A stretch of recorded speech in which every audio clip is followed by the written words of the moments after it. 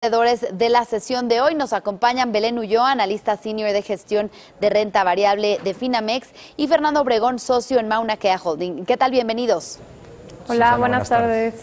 Pues Belén, con los riesgos de Turquía, después de lo que hemos visto en los últimos días, se han registrado caídas en las bolsas del mundo. En México, ¿qué acciones han sido las más afectadas? El viernes, Trump decidió incrementar los aranceles a las importaciones de Turquía, una tasa de 20% para el aluminio y 50% para el acero por desacuerdos que están teniendo ambos países. Sumado a esto, el presidente turco ha incrementado su intervención en el Banco Central y se ha negado a subir tasas de interés, a pesar de que la inflación ha aumentado. Por lo que la lira turca ha perdido más de 24% desde el viernes y en el año 81-24%. Naturalmente esto afectó a los mercados, incluyendo a México. Pero bueno, ¿cuáles fueron los sectores más perjudicados? Primero, las financieras. Banorte cayó 4.4% ese día, seguido por Santander con menos 2.74%. En general, el sector financiero fue de los más afectados en todo el mundo, ya que el Banco Central Europeo expresó inquietud por la exposición del sector a Turquía. En segundo lugar, bajó Yenova, que forma parte del sector servicios, bajó 2.97%. Y en tercer lugar, consumo básico. Kimber cayó 3.11%, mientras que FEMSA 2.13%. Las fibras también se vieron afectadas. Acciones como Fibra PL y Hixa bajaron 3.48% y 3.15% respectivamente. Y lo que pasó ayer es que varias de las acciones que más bajaron el viernes subieron más de 1%, como Banorte y Kimber. Y quiero resaltar que Yenova, Hixa y Fibra PL subieron más de 2.5% cada una. Esto significa que el mercado vio la caída del viernes como una oportunidad de compra, pero nos da una idea de cuáles serían las acciones más afectadas si las tensiones continúan. Bien, y en este contexto, Fernando, ¿qué nos puedes decir de la desaceleración que hemos visto de la economía china? Susana, parece que los esfuerzos por parte del gobierno chino para moderar el crecimiento de la deuda y evitar así una crisis financiera sistémica que había sido ya anunciado previo a lo de Turquía en el plenario anual de la Asamblea Nacional Popular, que es el máximo órgano legislativo, así como los efectos del conflicto comercial con Estados Unidos, impactaron negativamente a la economía de China en el mes de julio. El día de ayer en China se publicaron las ventas minoristas en el julio. El crecimiento de las ventas al menudeo se desaceleró de 9.0% año contra año en junio a un 8.8% en el mes de julio. Este crecimiento es menos de lo que esperaba el consenso de 9.1%. En lo que va del año, el crecimiento ha sido de 9.3%. Mientras tanto, la producción industrial presentó un crecimiento de 6% año contra año en julio, quedando cortos ante el estimado que era de 6.3%. En el periodo 2018, la producción industrial ha presentado un crecimiento de 6.6%. El crecimiento de los activos fijos, que se esperaba tuviera un crecimiento de 6%, se ubicó tan solo en 5.5% acumulado. Este es el menor crecimiento de los activos fijos en los últimos 20 años.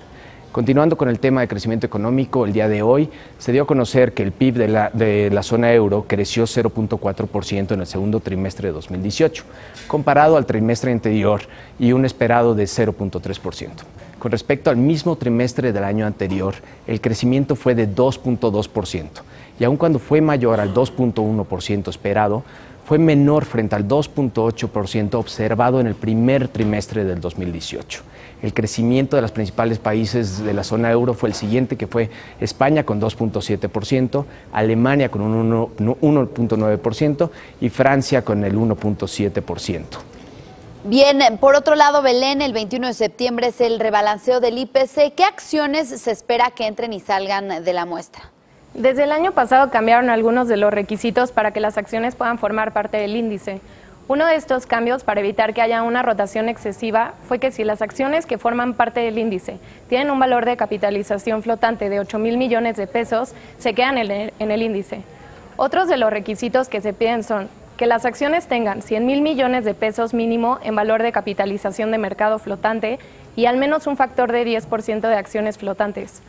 Las series accionarias tendrán que haberse negociado al menos 95% de los días operados de los últimos 6 meses y deberán tener 3 meses de operación antes del cambio de la muestra. Y por último, la muestra se hace cada 6 meses en vez de cada año. Con estos cambios que mencioné, el consenso está esperando que Grupo Carso y Volaris puedan salir de la muestra el 21 de septiembre, al igual que se espera que Bajío y Lab entren a la muestra.